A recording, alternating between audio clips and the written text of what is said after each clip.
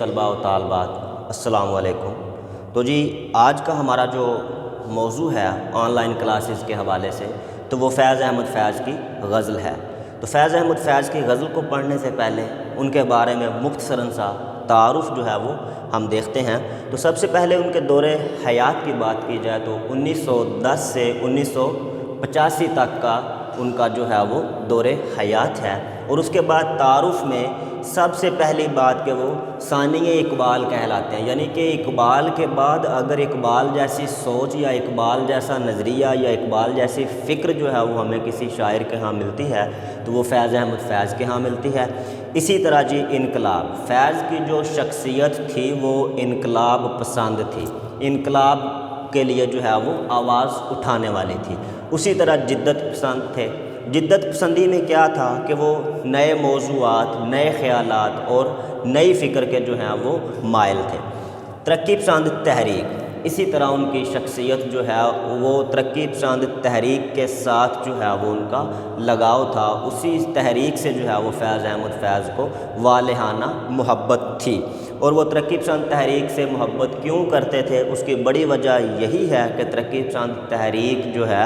اس کا مقصد ہی صرف جو ہے وہ کسان اور غریب دوست کی حمایت کرنا تھی، اور اسی طرح فیض کا نظریہ اور سوچ بھی غریب اور کسان کی حمایت کرنا تھا، اسی لیے جو ہے وہ ترقی پسند تحریک کے جو ہے وہ نمائندے بنے۔ اس کے بعد جی شاعری کی خصوصیات کے حوالے سے اگر بات کی جائے کہ فیض احمد فیض کی شاعری کے جو صفات ہیں یا خوبیاں ہیں تو وہ کون سی ہیں؟ تو سب سے پہلی بات کہ فیض احمد فیض کی شاعری میں ایک طرف انقلاب ہے تو دوسری طرف رومانویت بھی ہے۔ ان کا ہر شعر جو ہے وہ ہمیں انقلاب کے حوالے سے بھی نظر آ جائے گا اور رومانویت کے حوالے سے بھی۔ انقلاب اور رومانویت ایک ساتھ ہے۔ انقلاب جو ہے وہ فیض اس طرح انقلابی شاعری میں کہتے ہیں کہ انقلابی سوچ جو ہے وہ فیض احمد فیض کا جو ہے وہ ایک فرض تھا، اور رومانویت یعنی کہ عشق جو ہے وہ فیض احمد فیض کی عبادت تھی۔ اسی طرح جی ان کی شاعری میں ترقی پسند فکر تھی،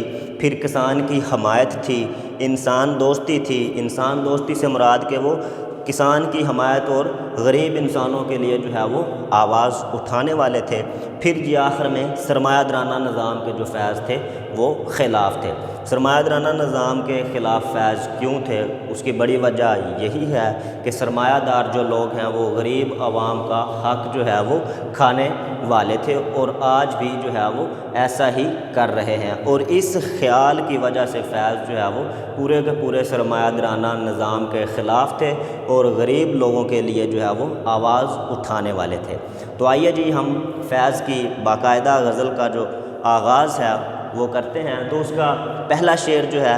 نانگواؤ ناو کے نیم کش، دل ریزہ ریزہ گنوا دیا، جو بچے ہیں سنگ سمیٹ لو، تنے داغ داغ لٹا دیا۔ تو شعر کے بعد تشریح کے لیے پہلے بھی بتا چکا ہوں کہ سب سے پہلے ضروری بات ہوتی ہے کہ اس کا مفہوم، کیونکہ آپ کے پیپر کے حوالے سے تشریح میں 2 نمبر کا جو مفہوم ہے وہ آئے گا۔ تو اگر اس کے مفہوم کو دیکھا جائے تو اے ظلم کرنے والے، اپنے آدھ کھینچے ہوئے نشتر میرے پاش پاش دل پر ضائع مت کرو، پتھر جو باقی بچ گئے ہیں انہیں سمیٹ لو، کہ میں اپنا زخموں سے چور بدن قربان کر چکا ہوں۔ یعنی کہ اس میں ایک ہی نظریہ یا ایک ہی خیال ہے کہ اے ظلم کرنے والوں، اے سرمایہ دارانوں، اے حکام بالا، اب تمہیں جو ہے وہ کسی قسم کی کوئی کوشش یا کوئی حربہ استعمال کرنے کی ضرورت نہیں ہے، تو تم جو مجھے نقصان پہنچانے کے لیے تیر کھینچ رہے ہو یا پتھر برسانے کی سوچ رہے ہو، ظلم ڈھانے کی سوچ رہے ہو، تو اب تمہیں مزید جو ہے وہ ایسا کرنے کی ضرورت نہیں ہے، کیونکہ میرا جسم تو پہلے ہی زخموں سے چور چور ہو چکا ہے۔ زخموں سے مراد کہ فیض کو مختلف قسم کی جو تکالیف ہیں، مصائب ہیں، پریشانیاں ہیں، تو وہ فیض پہلے ہی سارا کچھ برداشت کر کے اب تسلیم کر چکے ہیں کہ اب ان کا جو پیکر ہے، ان کا جو وجود ہے وہ مزید کسی قسم کا دکھ برداشت کرنے کے قابل نہیں ہے۔ اور اسی طرح جی فیض ہی کا شعر ہے کہ ادائے حسن کی معصومیت کو کم کر دے، گناہگار نظر کو حجاب آتا ہے، یعنی کہ جو آدھی کھلی آنکھ ہوتی ہے اس آنکھ سے جو ایک ظلم کے حوالے سے کوئی آنکھ آدھی چرا کر جو ہے وہ ظلم کے لیے دیکھتا ہے، تو فیض کہتے ہیں کہ اس طرح سے جو ہے وہ دیکھنا بند کر دو، کیونکہ اب میرا وجود یا میرا جسم یا میرا دل و دماغ جو ہے وہ اس طرح کی کیفیت یا اس طرح کا رویہ جو ہے وہ برداشت نہیں کر سکتا۔ اسی طرح کی بات جو ہے وہ میر کے ہاں بھی ہمیں نظر آتی ہے کہ میر ان نیم باز آنکھوں میں ساری مستی شراب کی سی ہے، یعنی کہ نیم باز کے جو آدھی کھلی ہوئی آنکھیں ہوتی ہیں تو پھر ان آنکھوں سے جو مستی طاری ہو رہی ہوتی ہے تو پھر اس مستی میں ساری کی ساری شراب ہی کی کیفیت ہوتی ہے۔ تو بالکل اسی طرح جو ہے وہ ہم آگے دیکھیں گے کہ دوسرے شعر میں ہمارے پاس جو بات یا تصور آئے گا کہ میرے چارہ گر کو نوید ہو، صف دشمناں کو خبر کرو،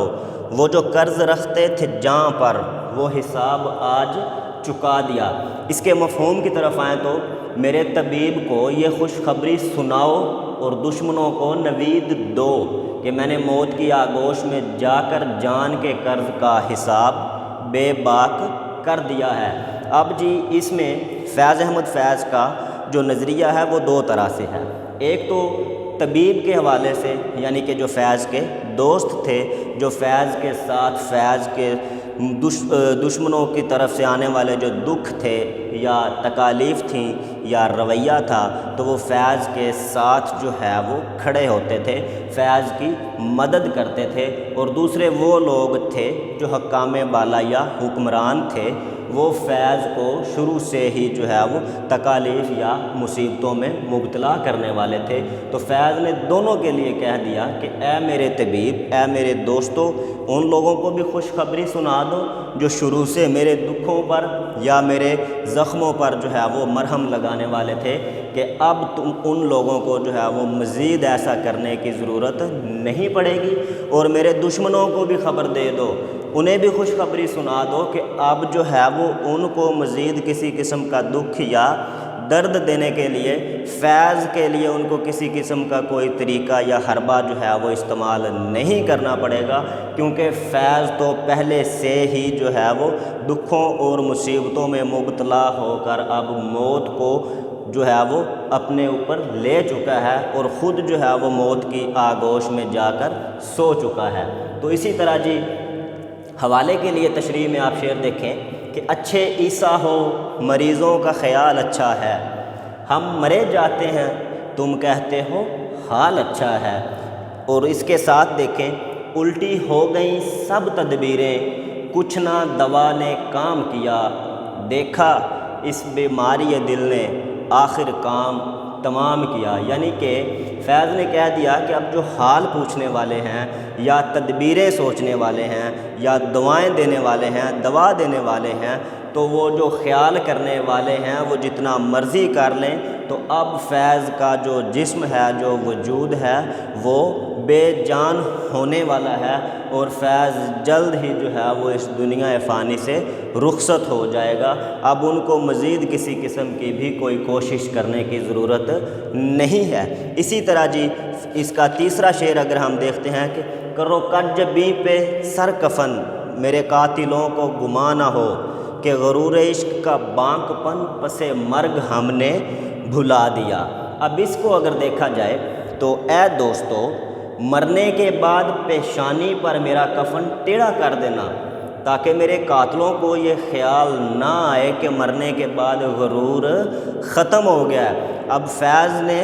شروع میں یا فیض نے اپنی حیات مبارکہ میں جو فیض کا نظریہ تھا یا فیض کی سوچ تھی تو وہ کچھ یوں تھی کہ ان کے اندر ایک، جس طرح اقبال نے خودی کی بات کی تھی کہ خودی جو ہے یا اپنی غیرت جو ہے وہ اسے برقرار رکھو، تو فیض نے بھی اپنی خودی یا اپنی غیرت کو برقرار رکھا ہوا تھا۔ تو جب فیض مر گیا تو فیض نے مرنے سے پہلے اپنے دوستوں کو وصیت کر رکھی تھی کہ اے میرے دوستو، جب میں مر جاؤں تو میرے چہرے پر یا میری پیشانی پر جو میرا کفن ہے اس کو آدھا رکھنا اور آدھا جو ہے وہ میرا چہرہ ننگا یا عیاں رکھنا، تاکہ میرے قاتل جو مجھے شروع سے ہی دکھ درد اور اذیتیں دینے والے تھے، جب وہ میرے چہرے کو دیکھیں تو ان کو یہ نہ لگے کہ یہ فیض جو اپنی زندگی میں تو اپنی پیشانی پر جو ہے وہ بل نہیں پڑنے دیتا تھا، اور اس اب کی جو ہے وہ ایک غرور تھا، ایک بانکپن تھا، تو اب مرنے کے بعد اس کا سارا غرور یا بانکپن جو ہے وہ ختم ہوگا۔ تو فیض نے کہا کہ جب وہ میری پیشانی کو دیکھیں تو میرے کفن میں لپٹے ہوئے چہرے کو بھی دیکھ کر ان لوگوں کو یہ محسوس ہو کہ فیض کا وہی غرور اور وہی بانکپن مرنے کے بعد بھی جو ہے وہ قائم ہے۔ اسی طرح جی ناصر کاظمی نے بھی بات کی ہے کہ گلی گلی میری یاد بچھی ہے، پیارے رستہ دیکھ کے چل، مجھ سے اتنی وحشت ہے تو میری حدوں سے دور نکل۔ اس کے بعد اسی خیال میں دوسرے شاعر نے بھی کیا خوبصورت انداز میں بات کی ہے کہ چہرہ مایوس پر بھی بانکپن آیا تو ہے، چہرہ مایوس پر بھی بانکپن آیا تو ہے، ہم کو ہر حالت میں جی لینے کا فن آیا تو ہے۔ اب اس کے ساتھ ہی ہم اس کا چوتھا شعر جو ہے وہ اس کو دیکھتے ہیں کہ اس میں جو فیض کا خیال ہے یا فیض کا جو نظریہ ہے اس میں کیا بات ہے، اس کو ذرا سماعت فرمائیں کہ ادھر ایک حرف کے کشتنی، یہاں لاکھ عذر تھا گفتنی، جو کہا تو سن کے اڑا دیا، جو لکھا تو پڑھ کے مٹا دیا۔ اب اس کی اگر مفہوم کے حوالے سے بات کی جائے تو فیض کا جو نظریہ ہے یا جو فیض کا خیال ہے اس کو آپ دیکھیں کہ مخالفین کے نزدیک میرا ایک ایک لفظ میرے واجب القتل ہونے کی جو ہے وہ دلالت کرتا تھا، جبکہ میرے پاس بھی لاکھ دلائل تھے، لیکن انہوں نے میری بات سنی انسنی کر دی اور جو لکھ کر بھیجا تھا اسے پڑھ کر پھاڑ دیا۔ اب اس میں جی فیض احمد فیض کیا کہتے ہیں کہ میرے جو مخالفین ہیں یا میرے جو اختلاف کرنے والے لوگ ہیں، اب وہ فیض کے اختلاف کرنے والے لوگ یا تو حکمران تھے اور یا تو سرمایہ دارانہ نظام والے لوگ تھے، سرمایہ دار لوگ تھے۔ وہ کیوں خلاف تھے کہ فیض جو تھے وہ ہمیشہ سے ہی جو ہے وہ حق اور سچ پر جو ہے وہ بات کرنے والے تھے اور حقدار لوگوں کی حمایت کرنے والے تھے، اور جو حق کھانے والے لوگ تھے وہ ان لوگوں کے خلاف تھے۔ تو اسی وجہ سے فیض نے کہا کہ میری تو ایک ایک بات یا میرا تو ایک ایک خیال یا میرا ایک ایک نظریہ جو ہے وہ اس ایک ایک بات کو اگر دیکھا جائے تو میرے مخالف تو میری ہر بات پہ جو ہے وہ مجھے قتل کرنا چاہتے ہیں، مجھے مارنا چاہتے ہیں، اور اگر میں بات کرتا ہوں یا میں اس کی دلیل دیتا ہوں اور اس کے بارے میں جو وہ دلیلیں رکھتے ہیں تو اگر میں بات کروں تو میرے پاس بھی جو ہے وہ لاکھوں کی تعداد میں دلائل جو ہیں وہ موجود ہیں، لیکن وہ میری بات سنی انسنی کر دیتے ہیں، اور اگر میں کوئی بات لکھ کر بھی بھیجتا ہوں تو وہ جو ہے وہ اس کو پڑھ کر پھاڑ دیتے ہیں۔ مثال کے طور پر حوالے کے لیے کہ ٹال دیتے ہو یوں ہی ہنس کر میری باتوں کو، ٹال دیتے ہو یوں ہی ہنس کر میری باتوں کو، میری باتوں میں حقیقت بھی تو ہو سکتی ہے۔ اب اسی طرح جی فیض احمد فیض کی غزل کا جو آخری شعر ہے اس کے حوالے سے اگر بات کی جائے تو اس میں جو دیکھیں، جو رکے تو کوہ گراں تھے ہم، جو چلے تو جاں سے گزر گئے، رہے یار ہم نے قدم قدم تجھے یادگار بنا دیا۔ اب اس کے مفہوم کی اگر بات کی جائے تو اس میں فیض کا جو نظریہ ہے اسے آپ دیکھیں کہ اگر ہم کہیں رستے میں رکے تو ایک بھاری پہاڑ کی مانند تھے، اور اگر چل پڑے تو جان تک قربان کر دی، اس طرح ہم نے قدم قدم پر اس راہ کو یادگار بنا دیا۔ یعنی کہ فیض احمد فیض کا جو اس میں خیال ہے، فیض نے کہا کہ ہم حق اور سچ کا جو ہے وہ ساتھ دینے والے لوگ ہیں، اور حق اور سچ کے لیے اگر ہم کہیں رکتے ہیں تو پھر ہم اس طرح رکتے ہیں کہ ہم ایک بھاری پہاڑ کی مانند جو ہیں وہ کھڑے ہو جاتے ہیں، اور جس طرح بھاری پہاڑ کو کوئی بھی جو ہے وہ اس جگہ سے ہلا نہیں سکتا، تو پھر ہمیں بھی جو ہے وہ حق اور سچ کا ساتھ دیتے وقت جو ہے وہ کوئی ہلا نہیں سکتا۔ اور اگر ہم وہاں سے ہلتے ہیں یا چلتے ہیں تو پھر ہمارا چلنے کا انداز کیا ہے کہ ہم جب سچ اور حق کے لیے چلتے ہیں اور اپنے مقصد کو پانے کے لیے، اپنی منزل کو پانے کے لیے، تو پھر ہمیں جو ہے وہ کوئی روک نہیں سکتا۔ ہاں، ایک ہی چیز روک سکتی ہے اور وہ موت ہے۔ جب جان ہمارے جسم سے جو ہے وہ نکل جائے گی تو ہم اس رستے سے جو ہے وہ ہٹ سکتے ہیں، وگرنہ جو ہے وہ دنیا کی کوئی بھی طاقت جو ہے وہ ہمیں ہمارے مقصد سے یا نصب العین سے جو ہے وہ کوئی روک نہیں سکتا۔ اسی طرح مثال کے طور پر کیوں نہیں روک سکتا؟ کیونکہ فیض احمد فیض جو تھے وہ حق اور سچ کا ساتھ دینے والے تھے، غریب عوام کے لیے آواز اٹھانے والے تھے، انسان دوست تھے اور سرمایہ دارانہ لوگوں کے جو ہے وہ خلاف تھے۔ اور دوسری طرف خارجی حوالے سے اگر ہم فیض کی جو اس غزل کو دیکھیں تو اس میں محبوب کے ہم رویے کو لے سکتے ہیں۔ جو محبوب جو ہے وہ اس کا رویہ ہے، اس کی جو باتیں ہیں یا اس کے جو خیالات ہیں جس کی وجہ سے جو عاشق جو ہے اس کا دل جو ہے وہ چور چور ہوتا ہے، اور اس کے بعد جو ہے وہ محبوب کی جو طبیعت ہے یا اس کا جو مزاج ہے، پھر اس مزاج میں جو ہے وہ ہمیں مختلف قسم کے نظریات یا خیالات کی جو ترجمانی ملتی ہے جس سے عاشق کا دل جو ہے وہ ٹوٹتا ہے یا اس کی دل آزاری ہوتی ہے۔ اسی طرح جو ہے وہ اگر ہم اس شعر کی بات کریں تو خارجی مفہوم کے حوالے سے یہی ہے کہ محبوب کے لیے جو ہے وہ عاشق کو قدم قدم پر جو ہے وہ مشکلات کا سامنا کرنا پڑتا ہے، کیونکہ عشق کا جو رستہ ہے وہ مشکل رستہ ہے، اور اس رستے پر جو ایک دفعہ آ جاتا ہے پھر اس نے اپنے آپ کو یا اپنی زندگی کو جو ہے وہ یوں بنا لینا ہے یا وہ یہ تصور کر لے کہ اب جو ہے وہ اس رستے پر چلے گا تو اسے جو ہے وہ اس رستے پر جو ہے وہ جگہ جگہ پر جو ہے وہ مصیبتیں، مشکلات، اذیتیں اور دکھ جو ہیں وہ ملیں گے، اور وہ دکھ اور وہ کیفیات اسے اپنے محبوب کی وجہ سے بھی ہو سکتی ہیں اور سماج کے وجہ سے بھی، جسے آپ سماجی رویہ یا معاشرتی رویہ کہتے ہیں، تو وہ معاشرے کی طرف سے بھی ہو سکتے ہیں۔ اب معاشرے میں جو ہے وہ لوگوں کی طنز یا لوگوں کی باتیں یا لوگوں کے گلے اور شکوے جو ہیں وہ ایسے ہوتے ہیں جس کی وجہ سے جو ہے وہ عاشق کا دل جو ہے وہ دل اس کا ٹوٹتا ہے یا اس کی دل آزاری جو ہے وہ ہوتی ہے۔ مثال کے طور پر حوالے کے لیے اگر بات کریں، جس دھج سے کوئی مقتل میں گیا وہ شان سلامت رہتی ہے، جس دھج سے کوئی مقتل میں گیا وہ شان سلامت رہتی ہے، یہ جان تو آنی جانی ہے، اس جان کی تو کوئی بات نہیں۔ اسی طرح آتش نے بھی بڑے خوبصورت انداز میں یہی بات کی ہے اپنی مقصد یا اپنے نصب العین کے حوالے سے، تھکیں جو پاؤں تو چل سر کے بل نہ ٹھہر آتش، تھکیں جو پاؤں تو چل سر کے بل نہ ٹھہر آتش، گلے مراد ہے منزل میں خار راہ میں ہے۔ بالکل یہی نظریہ فیض نے بھی دیکھا کہ فیض کی بھی یہی سوچ تھی کہ اگر ہمارے پاؤں تھک بھی جائیں، ہم نے اپنے منزل پر یا اپنے نصب العین تک یا اپنے مقصد تک پہنچنا ہے، اور اس تک پہنچنے کے لیے اگر ہمارے پاؤں تھک بھی جائیں تو ہم رکیں گے نہیں بلکہ اپنے ہاتھوں کے بل جو ہے وہ چلنا شروع کر دیں گے، لیکن چلیں گے ضرور، ہم رکیں گے بالکل بھی نہیں، کیونکہ گلے مراد ہے منزل میں ہمیں پتہ ہے کہ ہماری منزل پہ جو ہے وہ جب ہمارا مقصد پورا ہوگا تو وہاں پہ پھول ہیں، ہمیں جو ہے وہ انعام ملے گا، یا جو مقصد یا جو نصب العین ہمارا ہے وہ ہمیں ہمارے حق کی صورت میں ملے گا، اور وہ حق ہمیں اسی وقت ملے گا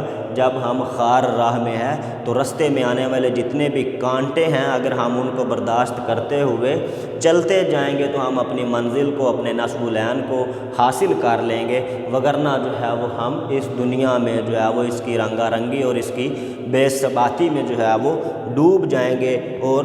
سرمایہ دارانہ لوگوں کی سوچ اور حکام بالا کی جو سوچ ہے ان کے ساتھ پھر جو ہے ہم پھر وہی جو اقبال نے کہا تھا کہ غلامانہ ذہنیت سے آزاد ہو جاؤ، تو اگر ہم یہ رویہ نہیں رکھیں گے تو پھر ہم آزادانہ ہونے کے باوجود بھی غلامی کی زندگی بسر کریں گے، اور وہ غلامی ہمیں ویسے تو نہیں لیکن ہمارے ذہنیت کی وجہ سے جو ہے وہ ہماری غلامی ہوگی، اور اس غلامی کو جو ہے وہ فیض نے کہا کہ پھر وہ ذہنی غلامی ہے، غلامانہ ذہنیت سے ہی فیض نے بھی کہا کہ ہمیں جو ہے وہ باز آنا چاہیے یا رکنا چاہیے۔ تو یہ تھا جی ہمارا آج کا موضوع فیض کی غزل کے حوالے سے، تو یہ آج ہمارا مکمل ہوا، تو انشاءاللہ پھر ملتے ہیں ہم اپنے اگلے موضوع کے ساتھ۔ تو میری طرف سے میرے تمام طلباء و طالبات کو نیک تمناؤں اور نیک دعاؤں کے ساتھ والسلام، شکریہ۔